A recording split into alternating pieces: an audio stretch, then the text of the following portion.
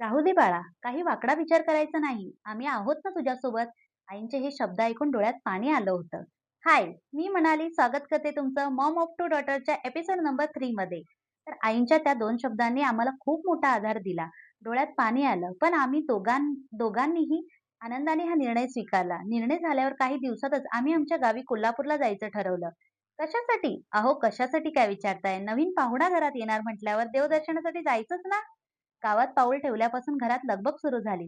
दुसऱ्याच दिवशी आम्ही गावच्या लाडक्या लाल परीने प्रवास करत कोल्हापूरच्या ज्योतिबाच्या दर्शनाला गेलो. ज्योतिबाचं दर्शन घेऊन मन शांत झालं आणि मग गेलो अंबाबाईच्या भेटीला. सगळ्या देवतांना साकडं घातलं की आमचं बाळ सुखरूप जगात यावं. त्यानंतर काही दिवसांनी जवळजवळच्या गावात जेवढे पाहुणे होते तेवढ्या सगळ्यांना भेटलो आणि कोल्हापूरचा स्पेशल तांबडा रस्सा आणि सुकं चिकन दाबून खाल्लं. त्यामुळे मला विसरच पडला की मी प्रेग्नेंट आहे. तेव्हा मला 1 महिना पूर्ण होऊन दुसरा महिना सुरू झाला होता.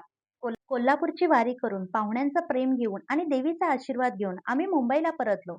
आम्ही घरी येऊन पोहोचतो तोपर्यंत ह्यांच्या मित्रमंडळींचा फॅमिली पिकनिकचा प्लॅन झाला. तर आता ही अचानक निघालेली दुसरी ट्रिप कुठे गेली, हे सगळं बघण्यासाठी पहा मॉम ऑफ टू डॉटरचा पुढचा एपिसोड. तोपर्यंत बाय बाय. भेटू नेक्स्ट एपिसोडमध्ये.